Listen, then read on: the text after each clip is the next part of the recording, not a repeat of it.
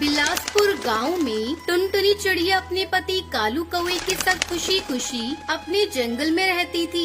टुनटुनी चिड़िया माँ बनने वाली थी। वो चाहती थी कि वो अपने बच्चे को अपने खुद के घर में जन्म दे। यूँ तो जंगल में पक्षी हमेशा कहीं भी सो जाया करते थे। एक दिन टुनटुनी चिड़िया ने अपनी मन की बात अपने पति कालू कौवे से कही।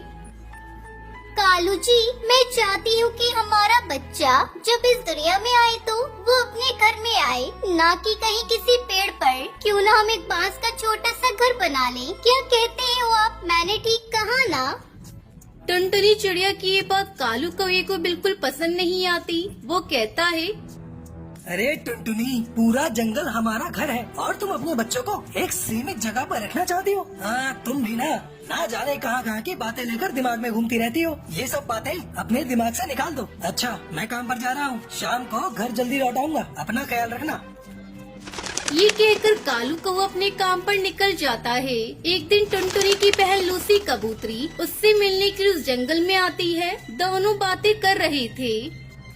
लूसी बहन, मैं चाहती हूँ कि मेरा बच्चा अपने खुद के घर में जन्म ले। यूँ तो पूरा जंगल अपना है, मेरे पति ये कहते हैं, मगर मुझे ऐसा लगता है कि हमें इंसानों की तरह हमें भी एक दायरे में रहना चाहिए। बच्चे का अपना घर होगा, वो सुरक्षित होगा, कोई और यूँ ही कभी भी आकर उसे चोट नहीं पहुँचा पाएगा। इसलिए मैं अपना घर बनवाना चाहती हूँ, लेकिन ये मानते नहीं। ये तो तुमने बिल्कुल सही बात की टुनटुनी। मैंने भी अपना नया घर अभी बनवाया है, बांस का घर बनवाया है। बहुत पक्का घर है मेरा। तुम कहो तो मैं तुम्हारा घर भी बनवा देती हूँ।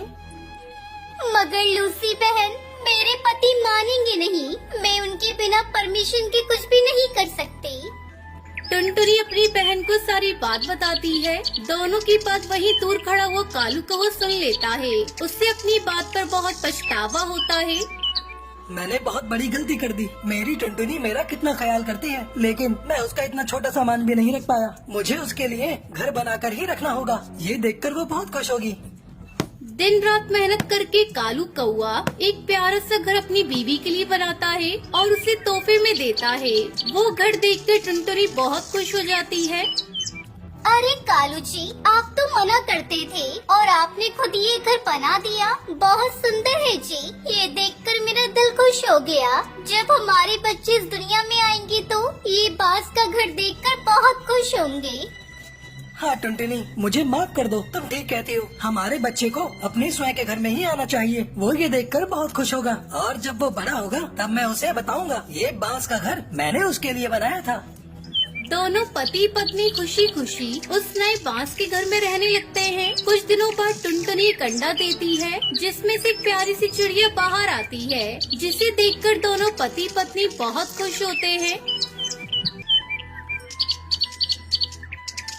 एक दिन शाम के समय में टुनटुनी अपने घर पर वड़ा पाव बनाती है। टुनटुनी, तुम्हारे हाथ का ये वड़ा पाव सच में बहुत स्वादिष्ट है।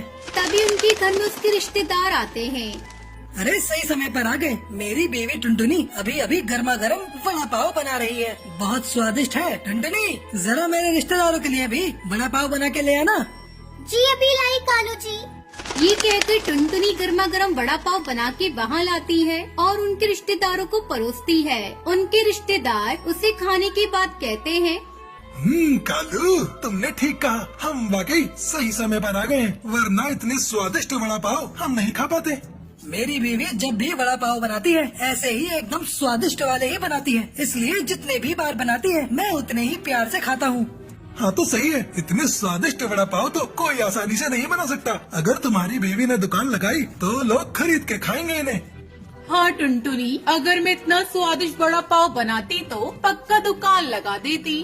तभी कालू सोचने लगता है, अगर मैं अपनी बीवी के साथ एक वड़ा पाव का दुकान शुरू करूंगा तो सभी वहीं आके खाएंगे और उन्हीं स्वादिष्ट वड़ा पाव के बारे में सारा गांव बात करेगा। ये एक अच्छा आइडिया है। उसके रिश्तेदारों के जाने के बाद भी उसी विचार के बारे में सोचता रहता है। तब टुनटुनी को नजर आता है कि उसका पति किसी सोच में पड़े हैं। वो उसके पास जाकर कहती है, क्या हुआ कालू जी? किस चीज के बारे में इतना सोच रहे हैं आप?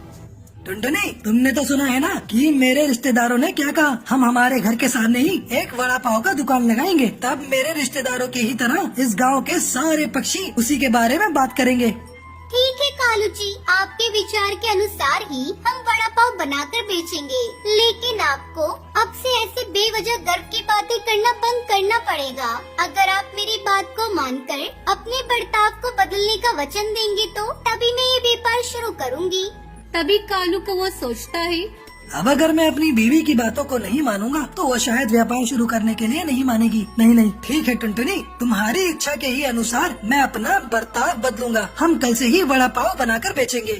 फिर अगले दिन टुनटुनी गर्मा गर्म वड़ा पाव बनाकर बेचती है।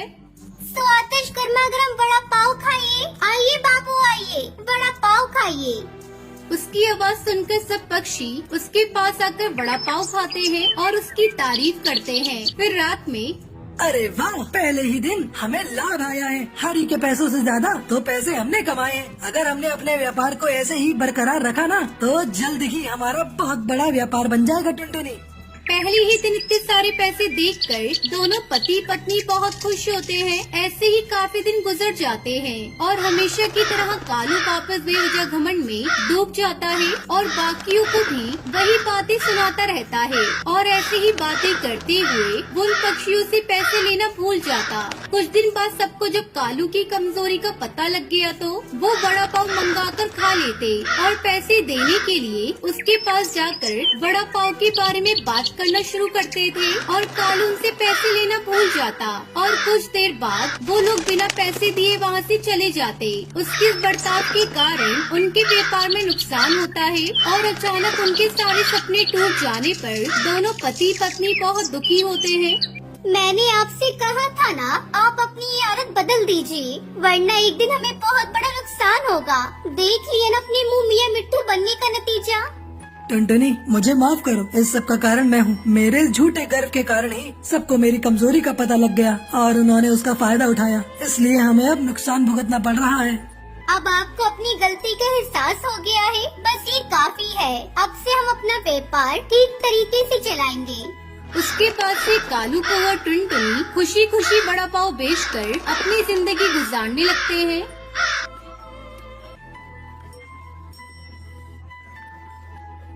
टुनटुनी चिड़िया का रामपुर गांव में खुद का एक खेत था। उस खेत में वो फसल उगाती थी और उससे आए हुए पैसों से अपना घर चलाती थी। हमेशा की तरह इस साल भी फसल तो मैंने उगा दी। अब गर्मी का मौसम शुरू होने वाला है, जल्दी आलू के बीज डालने पड़ेंगे। ऐसा सोचकर आलू के बीज लेकर वो अपने खेत की ओर जाती है। अरे मैं तो भूल ही गई कि इस साल गांव में पानी नहीं है। मुझे अपनी खेती के लिए पानी कहीं से भी लाना होगा, वरना इस साल मैं अपना घर नहीं चला पाऊंगी। तभी पास वाले खेत का मालिक कड़कनाथ सेठ वहाँ आता है। अरे टुनटुनी, इतना क्या सोच रही हो तुम आज? सेठ जी, आपको तो पता है कि मैं हर साल आलू की खेती करती हूँ, मगर इस साल गांव में पानी न होने के कारण मैं आलू नहीं उगा सकती हूँ। मैं अपना घर कैसे चलाऊंगी? क्या तुम पानी के बारे में इतना सोच रही हो? उसमें क्या है, इस सारे गांव में सिर्फ मेरे ही खेत में तो मोटर है। तुम मेरी मोटर से पानी इस्तेमाल कर लेना। मैं आपका यह एहसान कभी नहीं भूलूंगी सेठ जी। ऐसा कहकर उसके खेत में मौजूद मोटर की सहायता से पानी को उपयोग करके आलू की खेती करती है। कुछ ही महीनों में उसके खेत में आलू अच्छे उगते हैं, जिसे देखकर वो बहुत खुश होती है। हर साल से ज्यादा तो इस साल आलू उगे हैं, इनको बेचूंगी तो बहुत सारे पैसे मिलेंगे। ऐसा सोचकर वो दुकान पर आलू बेचने जाती है। तभी उसे कड़कनाथ सेठ देख लेता है। टुनटुनी को आलू की फसलों का बहुत सारा पैसा मिला है। मेरे पानी देने के वजह से ही ये उसके लिए मुमकिन हुआ है, इसलिए आए हुए पैसों में आधा हिस्सा मुझे मिलना चाहिए। ये कहकर वो टुनटुनी चिड़िया के पास जाता है। अरे टुनटुनी, मेरे पानी देने की वजह से ही तुम्हारी आलू की फसल आज इतनी अच्छी हुई है। हाँ, आपने सच ही कहा है। उस दिन आपने अगर पानी नहीं दिया होता तो आज मेरे हाथों में पैसे नहीं होते। इसका मतलब तुम्हारे हाथ में जो पैसे है ना, उसमें आधा हिस्सा मुझे मिलना चाहिए ना। ठीक है सेठ जी, लीजिए पैसे। आप ही की वजह से तो मेरे पास पैसे आए हैं। ये देखकर कड़कनाथ सेठ हैरान होकर बोलता है, मैंने सोचा कि तुम पैसे नहीं दोगी, लेकिन तुमने बिना सोचे पैसे दे दिए। तुम अगर ऐसे ही रहोगी तो तुम्हारी अच्छाई ही तुम्हें नष्ट कर देगी। ऐसा कहकर पैसे लेकर वो वहाँ से चला जाता है। वहीं अगले दिन टुनटुनी फिर से अपने खेत के आलू मंडी में बेचने जाती है, लेकिन आज उससे कोई आलू की फसल नहीं खरीदता। ये देखकर वो परेशान हो जाती है। हे भगवान, ये क्या हो गया? रात ही रात में सब बदल गया। कल तक तो मुझे अच्छे पैसे मिलते थे इन आलू के, लेकिन आज कोई भी मंडी में आलू नहीं खरीद रहा है। अब मैं इतने सारे आलू का क्या करूँगी? ये खराब हो गए तो मेरी पूरी मेहनत बर्बाद हो जाएगी। ये कहकर वो बहुत परेशान हो जाती है। तभी वो एक पक्षी को ठेले पर तरबूज बेचते हुए देखती है। तभी वो कहती है, आइडिया, क्यों ना मैं इसे ठेले पर बेचूं? अच्छे और देसी आलू सब ग्राहक मुझसे खरीद भी लेंगे। ये कहकर अगले दिन वो ठेले पर आलू बेचने आती है। आलू ले लो, आलू 10 रुपए किलो देसी आलू ले लो। ये सुनकर सब पक्षी उससे आलू खरीदते हैं। एक ही दिन में उसकी अच्छी कमाई हो जाती है। हे भगवान, तेरा लाख लाख शुक्र है मेरे आलू बिक गए, नहीं तो मैं बर्बाद हो जाती। अब से मैं रोज ऐसे ही आलू की खेती करके अपने खेत के आलू पक्षियों को बेचूंगी। अब टुनटुनी चिड़िया आलू की खेती करके उसे बाजार में बेचकर खुशी खुशी रहने लगती है।